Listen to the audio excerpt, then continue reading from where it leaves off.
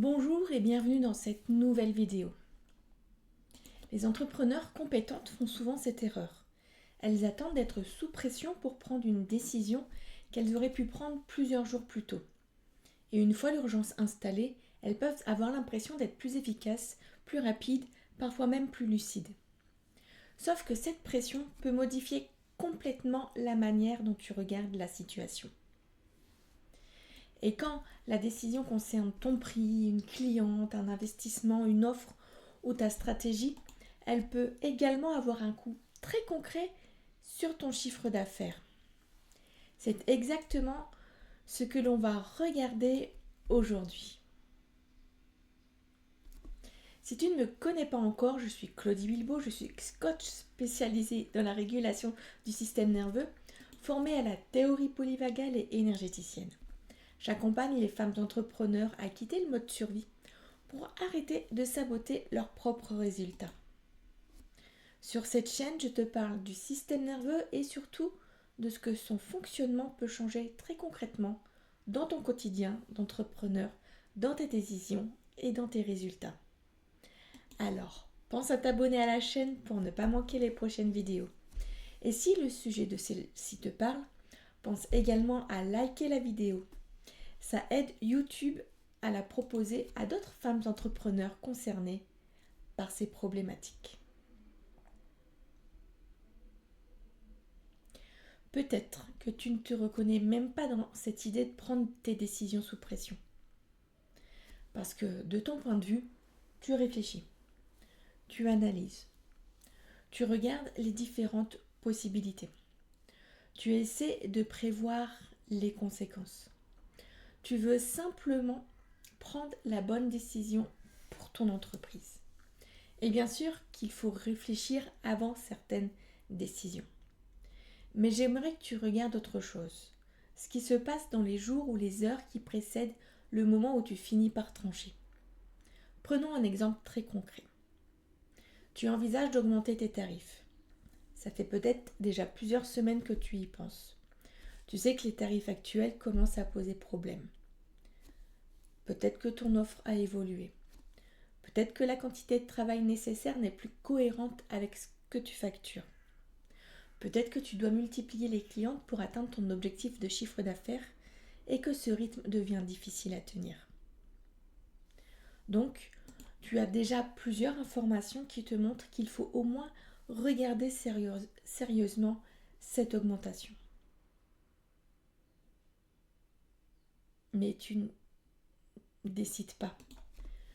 Tu fais des calculs. Tu regardes ce que pratiquent d'autres entrepreneurs. Tu imagines plusieurs tarifs. Tu en choisis un. Puis tu te demandes s'il n'est pas trop élevé. Tu reviens au tarif actuel. Tu te dis que tu vas attendre encore un peu. Et pendant ce temps, la décision reste ouverte. Puis un jour, ton agenda est plein, une nouvelle demande arrive, tu regardes tout ce que tu dois faire pour atteindre ton chiffre d'affaires du mois et tu te dis, là ça suffit, j'augmente mes tarifs. En quelques minutes, tu prends une décision que tu n'arrivais pas à prendre depuis plusieurs semaines. Qu'est-ce qui a changé ? Peut-être pas grand-chose dans les chiffres. Ton offre n'a pas changé entre mardi et mercredi. Ton marché non plus. Ce qui a changé, c'est que la pression est devenue suffisamment forte pour que rester dans la situation actuelle devienne plus inconfortable que prendre une décision. Et là, c'est intéressant. Parce qu'à ce moment-là, tu peux avoir l'impression que la pression t'a enfin permis d'être clair. Alors qu'en réalité, elle t'a surtout poussé à sortir d'une situation que tu ne supportais plus. Ce n'est pas forcément une mauvaise décision. Ton augmentation peut être parfaitement justifiée. Ce que je veux que tu observes, c'est pourquoi tu as eu besoin d'arriver à ce niveau de pression pour la prendre. Quand tu diriges ton entreprise, tu prends constamment des décisions sans pouvoir connaître exactement leurs résultats. Tu peux préparer une offre pendant des semaines, tu ne sais pas combien de personnes vont l'acheter. Tu peux choisir un tarif après avoir étudié tes coûts et ton marché. Tu ne peux pas savoir comment chaque prospect va réagir. Tu peux investir dans une publicité. Tu ne connais pas à l'avance le nombre de ventes qu'elle va générer. Tu peux publier un contenu que tu trouves excellent et constater qu'il fait très peu de vues. Tu peux publier un autre beaucoup plus rapidement et le voir fonctionner beaucoup mieux. Tu peux avoir un très bon échange avec un client potentiel et ne plus avoir de nouvelles pendant plusieurs jours. C'est aussi ça, entreprendre. Tu peux chercher des informations et réduire certains risques, mais tu ne peux pas supprimer toute l'incertitude. Et pourtant, lorsque cette incertitude crée beaucoup de tension, tu peux commencer à chercher exactement ça. Une certitude. Tu veux savoir si ton tarif est le bon avant de l'annoncer. Tu veux savoir si ton offre va vendre avant de la lancer. Tu veux savoir si ton investissement va être rentable avant de payer. Tu veux savoir si cette stratégie va fonctionner avant de lui consacrer plusieurs semaines. Sauf que personne ne peut te donner certaines de ces réponses. Alors tu peux continuer à chercher. Encore un avis. Encore une comparaison. Encore une formation. Encore quelques statistiques. Encore quelques jours de réflexion. Et plus la décision reste ouverte, plus elle peut continuer à occuper de la place dans ta tête. Tu travailles sur autre chose et tu y repenses. Tu te couches et tu y repenses. Tu prends une journée de repos et la décision revient. Et au bout d'un moment, tu ne cherches plus seulement à choisir. Tu veux également arrêter d'y penser. C'est là que la pression peut finir par prendre une place énorme dans la décision. Prenons maintenant exactement la même information dans deux situations différentes. Tu lances une offre. Après 24 heures, tu n'as aucune vente.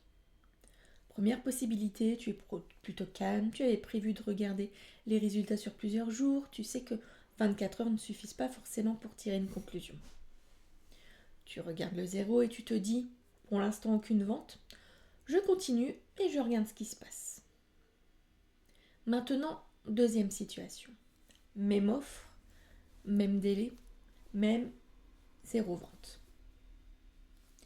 Mais cette fois, tu as absolument besoin que cette offre fonctionne. Tu regardes les ventes plusieurs fois dans la journée. Tu as déjà calculé ce que tu pourrais gagner si 10 personnes achètent. Tu as peut-être engagé de l'argent. Et à chaque fois que tu actualises la page, tu vois toujours zéro. L'information objective n'a pas changé. Mais ce zéro peut commencer à vouloir dire beaucoup plus de choses pour toi. Personne n'en veut. Mon prix est trop élevé. Je me suis trompée. Il faut que je change quelque chose. Peut-être que mon audience n'est pas la bonne. Je devrais modifier la page. Je devrais baisser le prix. Et très vite, tu peux commencer à chercher une action qui va te permettre de retrouver une sensation de contrôle. C'est là que j'aimerais que tu fasses une distinction importante. Il y a ce que les résultats te disent réellement. Et il y a ce que ton état te fait ajouter à ces résultats. Zéro vente après 24 heures est une donnée. Cette offre ne fonctionnera jamais est une conclusion. Et lorsque ton système nerveux est très mobilisé, il peut devenir beaucoup plus difficile de laisser cette donnée exister sans chercher immédiatement à résoudre ce que tu interprètes comme un problème. Et c'est ici qu'on arrive au système nerveux. Ton système nerveux autonome participe en permanence à l'évaluation de ce qui se passe autour de toi et à l'intérieur de toi. Dans la théorie polyvagale, on parle notamment de neuroception. La neuroception correspond à cette détection qui se produit sans que tu aies besoin d'analyser consciemment chaque information pour déterminer s'il y a de la sécurité ou une menace. Et quand ton système nerveux perçoit davantage de danger ou d'incertitude, il peut augmenter ta mobilisation. Tu peux devenir plus vigilante. Ton attention peut se concentrer davantage sur ce qui pose problème. Tu peux ressentir une forme d'urgence. Tu peux avoir davantage besoin d'agir. Cette mobilisation est utile.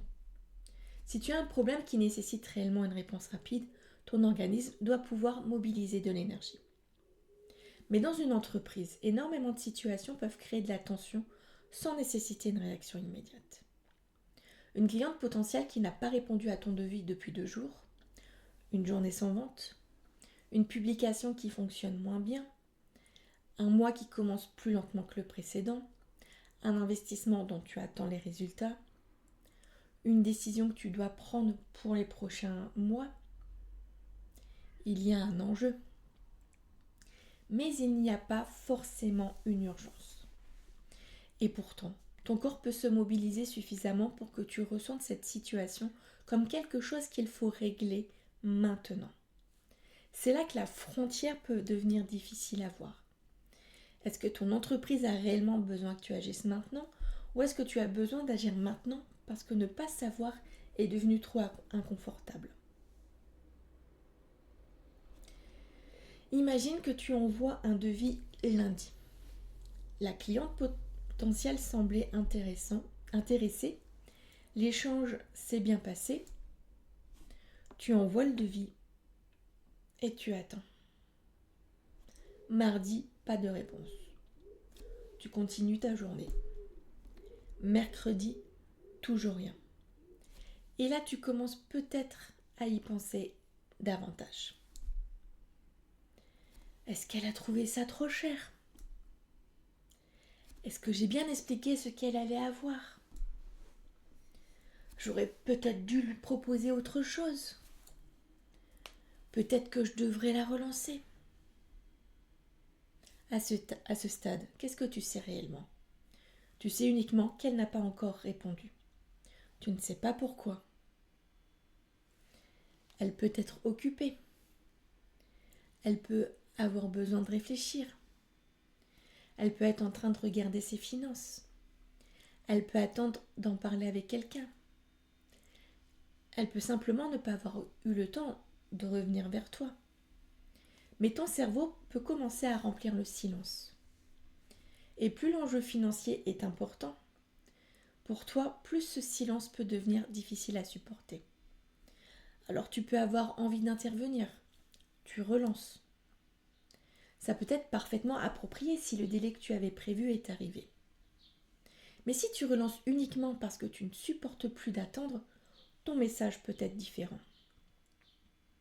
Tu peux commencer à ajouter des explications, à rassurer, à justifier ton tarif alors que personne ne l'a remis en question, à proposer spontanément des facilités, et parfois même à modifier ton offre avant d'avoir reçu la moindre objection. Tu as essayé de vendre, mais sous l'effet de la pression, tu peux commencer à négocier contre toi-même. Et là, on arrive directement au chiffre d'affaires. Parce que si tu baisses ton prix ou modifies tes conditions simplement pour diminuer ton inconfort face à un silence, ton état interne vient d'avoir une conséquence financière. Ce n'est plus seulement une question de stress, c'est une décision business. Une question peut t'aider à commencer à distinguer les deux. Qu'est-ce qui se passe concrètement si je ne décide pas aujourd'hui? Parce qu'il existe évidemment de vraies urgences. Tu dois confirmer quelque chose avant une heure précise. Un problème avec un client doit être réglé aujourd'hui. Une échéance financière arrive. Une opportunité expire. Dans ces situations, attendre a une conséquence concrète. Mais parfois, rien de particulier ne se produit si tu attends jusqu'à demain. Ce qui se passe surtout, c'est que tu dois continuer à supporter l'incertitude jusqu'à demain. Et ce n'est pas du tout la même chose. Si tu n'arrives pas à faire cette différence, tu peux progressivement organiser tes décisions autour de ton niveau d'inconfort. Quand la tension est supportable, tu repousses. Quand elle devient trop forte, tu décides. Et tu peux finir par croire que tu fonctionnes mieux sous pression. Parce que c'est effectivement au moment où la pression monte que tu arrives enfin à trancher. Mais ce n'est pas forcément parce que tu réfléchis mieux. C'est parfois simplement parce que ton système nerveux cherche une sortie. Et ça peut devenir particulièrement coûteux lorsqu'on parle de stratégie. Tu mets quelque chose en place, une nouvelle offre, une publicité, un nouveau type de contenu, un nouveau tarif. Tu attends des résultats. Ils n'arrivent pas aussi vite que prévu. La tension monte. Alors tu modifies quelque chose. Tu changes le texte. Tu changes le prix. Tu changes le visuel. Tu changes l'audience. Tu changes ton message. Puis, tu regardes les résultats. Ils ne changent toujours pas immédiatement. Donc, tu modifies autre chose. Le problème, c'est qu'au bout d'un moment, tu as tellement changé de paramètres que tu ne sais plus ce que tu es réellement en train de tester. Et surtout, tu ne sais pas si la première version aurait fini par fonctionner parce que tu ne lui as jamais laissé suffisamment de temps. C'est là que la pression peut coûter très cher à une entreprise. Pas seulement parce que tu te sens stressé, parce qu'elle peut t'empêcher de collecter des informations fiables. Une stratégie a besoin d'un minimum de stabilité pour être évaluée. Si tu changes constamment quelque chose dès que le résultat t'inquiète, tu réagis à chaque variation au lieu d'observer une tendance. Et tu peux finir par abandonner une bonne idée parce qu'elle n'a pas produit assez rapidement le résultat dont tu avais besoin pour te rassurer. Ou à l'inverse, investir davantage dans quelque chose uniquement parce que tu veux absolument que ça fonctionne. Dans les deux cas, ton état intervient dans ta lecture des chiffres. Et plus l'enjeu financier est important, plus cette influence peut devenir forte. Il y a un autre scénario. Tu n'hésites pas pendant des semaines, tu décides extrêmement vite. Quelque chose ne va pas, tu veux régler le problème. Une journée de vente est mauvaise, tu changes immédiatement ton offre. Une personne critique quelque chose, tu modifies immédiatement ton contenu. Une cliente exprime une insatisfaction, tu proposes immédiatement une compensation avant même d'avoir pris le temps de comprendre ce qui s'est réellement passé. Tu vois une nouvelle stratégie qui semble fonctionner chez quelqu'un, tu abandonnes ce que tu étais en train de faire pour tester celle-là. À chaque fois, il y a une sensation agréable juste après la décision. Tu as fait quelque chose. Tu n'es plus passive devant le problème. Ce sentiment peut être extrêmement rassurant. Mais agir et prendre une bonne décision ne sont pas toujours synonymes. Parfois, la meilleure décision consiste justement à ne rien modifier pendant 24 heures, à laisser redescendre la mobilisation, à récupérer les informations manquantes, à regarder les chiffres, à attendre la réponse de la personne concernée, puis à décider. Et ça peut être beaucoup plus difficile que d'agir immédiatement. Parce que pendant ce temps, le problème reste ouvert. Maintenant, il y a encore une autre manière dont la pression peut influencer tes décisions. Parce que parfois, elle ne te pousse pas du tout à agir trop vite. Elle fait exactement l'inverse. Tu sais qu'une décision doit être prise, mais tu la repousses encore et encore. Tu continues avec un tarif qui ne te convient plus. Tu gardes une organisation qui t'épuise. Tu acceptes une demande alors que tu voulais dire non. Tu évites une conversation. Tu ne délègues pas. Ou tu laisses passer une opportunité parce que choisir implique aussi d'accepter une part de risque. Et à force de fonctionner comme ça, quelque chose peut également se mettre en place. Tu peux commencer à avoir besoin d'un niveau élevé de pression pour réussir à agir. C'est ce qu'on va regarder dans la deuxième partie et surtout, on va voir comment tout cela finit par toucher directement ton temps, ton énergie, ta performance et ton chiffre d'affaires. Prenons justement le cas inverse. Tu sais qu'une décision doit être prise. Tu le sais, parfois depuis plusieurs semaines. Mais tant que la situation reste supportable, tu continues comme avant. Imagine que ton agenda est devenu beaucoup trop chargé. Tu sais qu'il faudrait revoir ton organisation, peut-être arrêter certaines tâches, peut-être déléguer. Peut-être réduire le nombre de rendez-vous que tu acceptes dans une semaine. Tu le sais. Mais pour l'instant, tu arrives encore à tout faire. Alors tu continues. Tu termines un peu plus tard. Tu décales certaines choses. Tu travailles parfois le week-end. Tu te dis que cette période est exceptionnelle. Et puis un jour, un imprévu arrive. Un client te demande quelque chose de supplémentaire. Un problème technique te fait perdre 2 heures. Tu as une urgence personnelle. Et soudain, tout ce que tu réussissais à maintenir jusque-là devient impossible à gérer. Là, tu prends enfin la décision que tu repoussais. Tu annules quelque chose. Tu délègues dans l'urgence. Tu modifies ton organisation. Tu poses une limite. Et encore une fois, la pression devient le déclencheur de l'action. Le problème, c'est que tu prends maintenant cette décision avec beaucoup moins de marge que si tu l'avais prise 3 semaines auparavant. Et ça peut avoir des conséquences très concrètes. Si tu dois déléguer dans l'urgence, tu as moins de temps pour choisir la bonne personne et lui expliquer correctement ce que tu attends.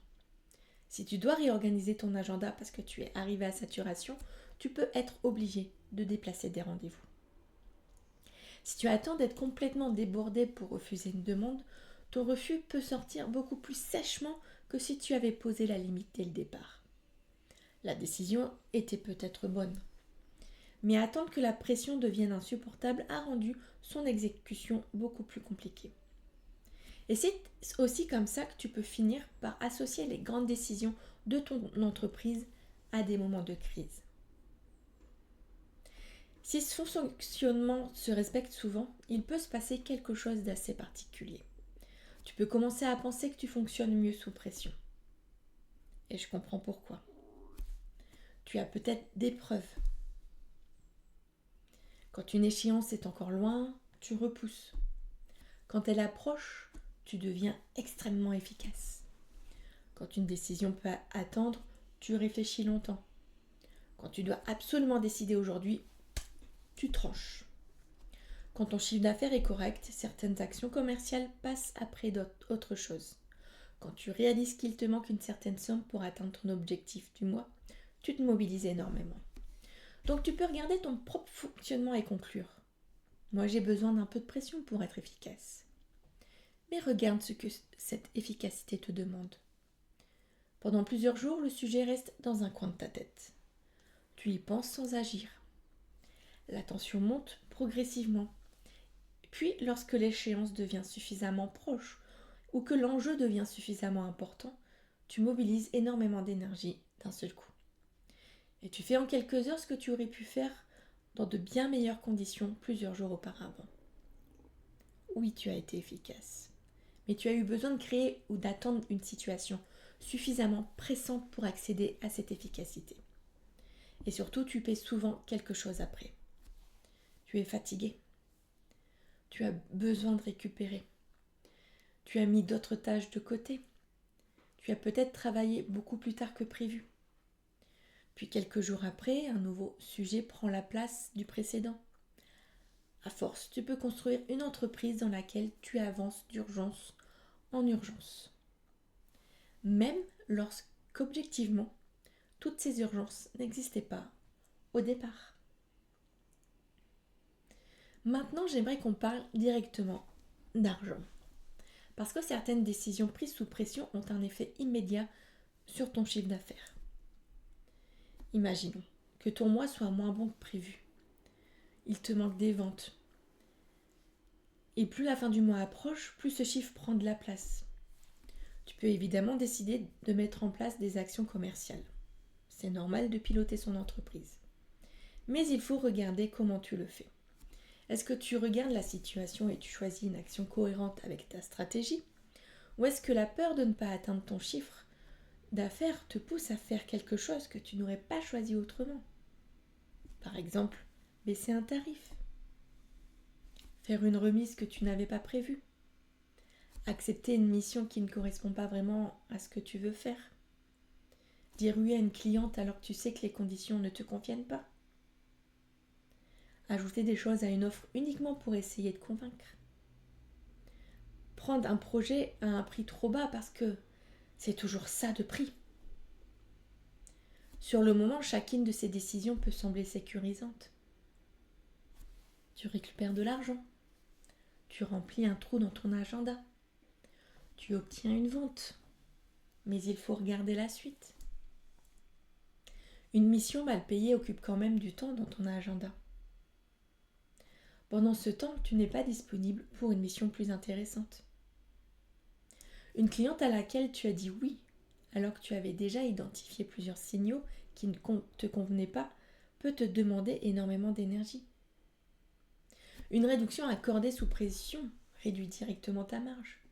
Et si tu prends régulièrement tes décisions commerciales en fonction du besoin immédiat de faire entrer de l'argent, tu peux finir par construire une activité qui génère du chiffre d'affaires, mais qui te demande beaucoup trop de travail pour ce qu'elle rapporte réellement.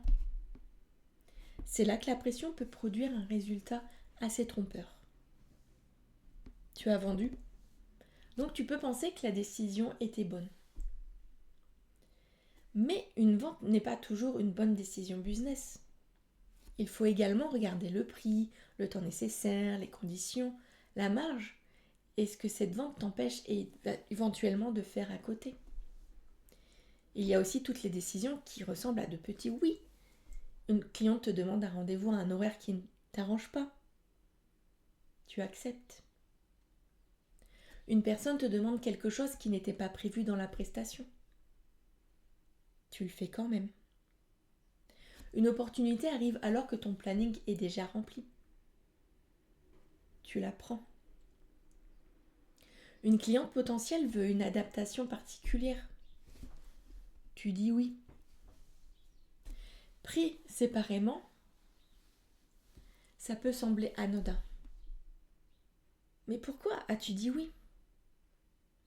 Parce que tu avais réellement envie d'accepter?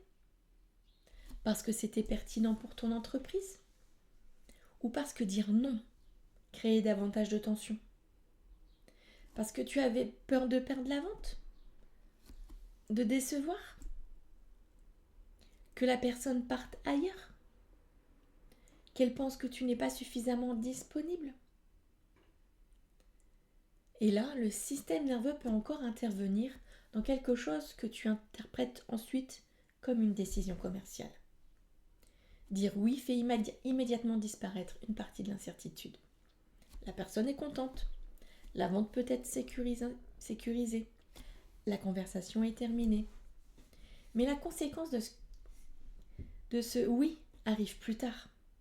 Il arrive quand tu regardes ton agenda. Lorsque tu dois travailler une heure supplémentaire. Lorsque tu dois faire quelque chose qui n'était pas inclus. Lorsque tu repousses une autre tâche. Lorsque tu commences à ressentir de l'agacement envers une cliente à laquelle pourtant c'est toi qui as dit oui. C'est pour ça que je trouve important de ne pas regarder uniquement la décision finale. Il faut également regarder ce que tu essayais d'éviter au moment de décider. Parfois, tu n'essaies pas d'obtenir quelque chose. Tu essaies surtout d'éviter l'inconfort d'un refus, d'une négociation, d'un silence ou d'un risque. Et la différence est importante. Il y a un autre élément qu'on ne peut pas séparer de tout ça. La fatigue. Parce que si tu passes tes journées à décider sous pression, à anticiper et à gérer des situations que tu ressens comme urgentes, tu arrives forcément à certains moments avec moins de disponibilité. Et une décision prise à 9 heures du matin après une bonne nuit de sommeil n'est pas forcément vécue de la même manière que la même décision à 19 heures après une journée remplie. Quand tu es fatigué, tu peux avoir beaucoup moins envie de tolérer une situation compliquée. Tu veux que ce soit réglé. Tu peux accepter quelque chose simplement parce que tu n'as plus l'énergie de négocier. Tu peux repousser une décision parce que tu n'as plus la capacité de l'examiner. Tu peux choisir l'option la plus simple maintenant, même si elle n'est pas la plus intéressante à moyen terme. Et ensuite, tu peux regarder cette décision comme une preuve supplémentaire que tu n'es pas assez organisé ou que tu manques de confiance. Alors qu'il faudrait peut-être aussi regarder dans quel état tu étais lorsque tu l'as prise. C'est pour cela que je trouve dangereux de vouloir analyser toutes ces décisions uniquement après coup. Parce qu'après coup, tu connais le résultat. Tu peux te dire « j'aurais dû savoir ». Mais au moment où tu as décidé, tu n'avais pas les mêmes informations. Et surtout, tu n'étais peut-être pas dans le même état physiologique que lorsque tu analyses tranquillement la situation 3 jours plus tard. Quand ton système nerveux est fortement mobilisé, ton attention peut devenir beaucoup plus orientée vers ce qui semble urgent ou menaçant. Et dans un business, ça peut te faire perdre de vue le moyen terme. Tu vois la vente qu'il te faut cette semaine. Tu vois moins la marge que tu veux construire sur 6 mois. Tu vois la cliente que tu risques de perdre aujourd'hui. Tu vois moins le coût d'accepter systématiquement des conditions qui ne te conviennent pas. Tu vois le mauvais résultat de cette publication. Tu vois moins les données accumulées sur les 30 précédentes. Tu vois le chiffre d'affaires de ce mois. Tu vois moins la direction que tu veux donner à ton entreprise sur l'année. Et c'est humain. Lorsque quelque chose semble urgent, notre attention se dirige vers ce problème. Mais pour diriger une entreprise, tu as également besoin de pouvoir conserver une vision plus large. Parce que certaines bonnes décisions peuvent être inconfortables à court terme. Refuser une mission peut signifier renoncer à du chiffre d'affaires aujourd'hui. Augmenter un tarif peut signifier que certaines personnes ne vont plus acheter. Déléguer peut coûter de l'argent avant de te faire gagner du temps. Maintenir une stratégie peut signifier accepter quelques semaines sans savoir exactement si elle va produire le résultat attendu. Dire non peut créer quelques minutes d'inconfort dans une conversation. Si ton critère principal devient « quelle décision va me permettre de me sentir mieux immédiatement », tu risques de choisir régulièrement la solution qui apaise le court terme au détriment de ce que ton entreprise demande réellement. Alors, qu'est-ce qu'on fait avec tout ça ? L'idée n'est évidemment pas d'attendre d'être parfaitement détendu avant chaque décision. Tu es entrepreneur, il y aura des décisions importantes. Certaines vont te stresser, certaines auront de vrais enjeux financiers, certaines devront être prises rapidement. Et parfois, tu vas décider alors que tu es sous pression parce que la situation l'exige réellement. L'objectif est plutôt de commencer à repérer les décisions pour lesquelles tu as encore de la marge. Quand une décision n'a pas besoin d'être prise dans les 5 prochaines minutes, tu peux commencer par regarder ton état avant de regarder une 15e fois le problème. Est-ce que tu sens une urgence ? Est-ce que tu as envie de faire quelque chose immédiatement ? Est-ce que tu es en train d'imaginer plusieurs scénarios catastrophiques ? Est-ce que ton corps est tendu ? Est-ce que tu es fatigué ? Est-ce que tu cherches encore des informations alors que tu en as déjà suffisamment ? Puis tu peux revenir à quelque chose de très factuel. Qu'est-ce que je sais ? Qu'est-ce que je suppose ? Qu'est-ce que je ne sais pas encore ? Quand cette décision doit-elle réellement être prise ? Quelles sont les conséquences si j'attends quelques heures ou une journée ? Et surtout, est-ce que je cherche la meilleure décision possible avec les informations dont je dispose ou est-ce que je cherche principalement à faire disparaître l'attention ?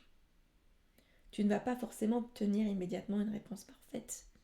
Mais le simple fait de poser ces questions peut déjà créer un peu d'espace entre la sensation d'urgence et l'action.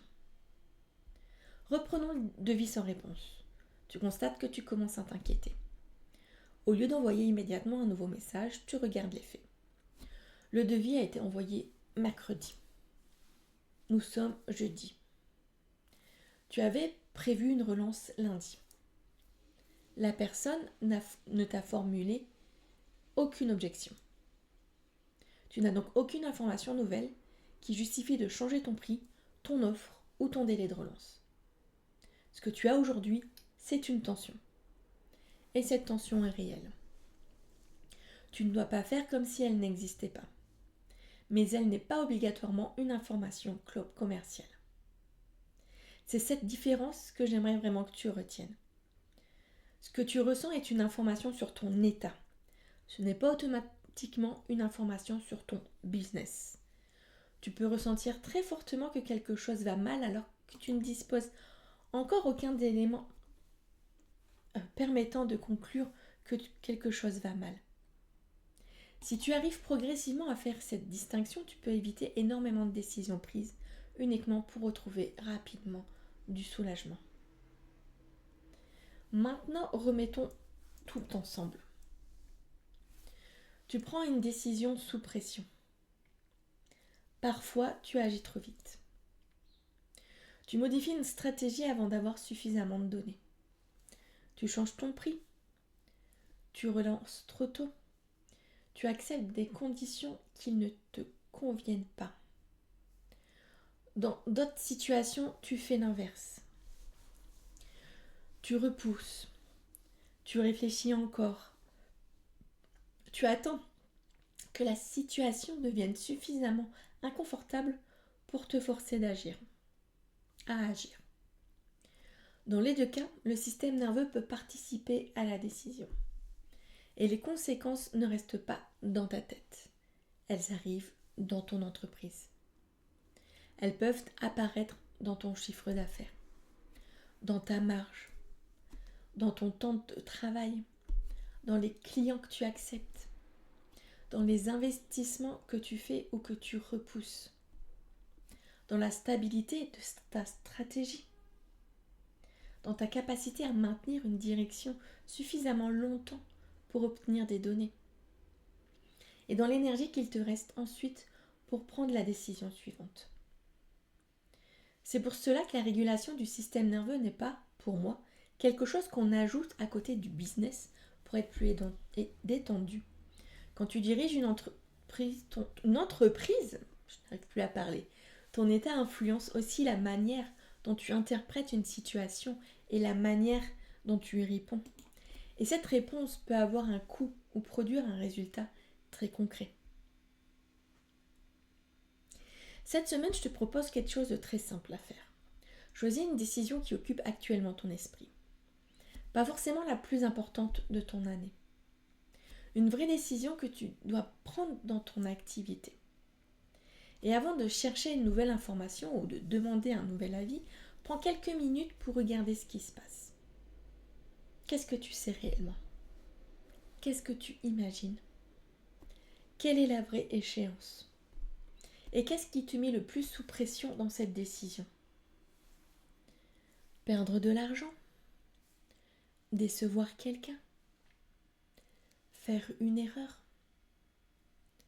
Regretter ? Ne pas savoir ce qui va se passer ? Et puis, observe ton corps. Est-ce que tu es tendu ? Est-ce que tu ressens une agitation ? Est-ce que tu as envie d'en finir rapidement avec cette décision ? Ou au contraire, est-ce que tu as envie de la repousser encore ? Tu n'as même pas besoin de résoudre tout ça immédiatement. Commence simplement par observer. Parce que si tu remarques que certaines décisions deviennent faciles uniquement lorsque tu arrives à saturation, c'est déjà une information importante sur ta manière de fonctionner.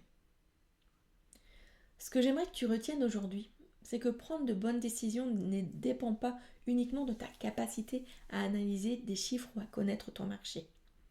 Il y a également l'état dans lequel tu fais cette analyse. Une semaine sans vente ne signifie pas automatiquement qu'il faut changer ton offre. Le silence d'une cliente potentielle ne signifie pas automatiquement que ton tarif est trop élevé. Une décision inconfortable ne signifie pas automatiquement que c'est une mauvaise décision. Et ressentir une urgence ne signifie pas automatiquement que ton entreprise est face à une urgence.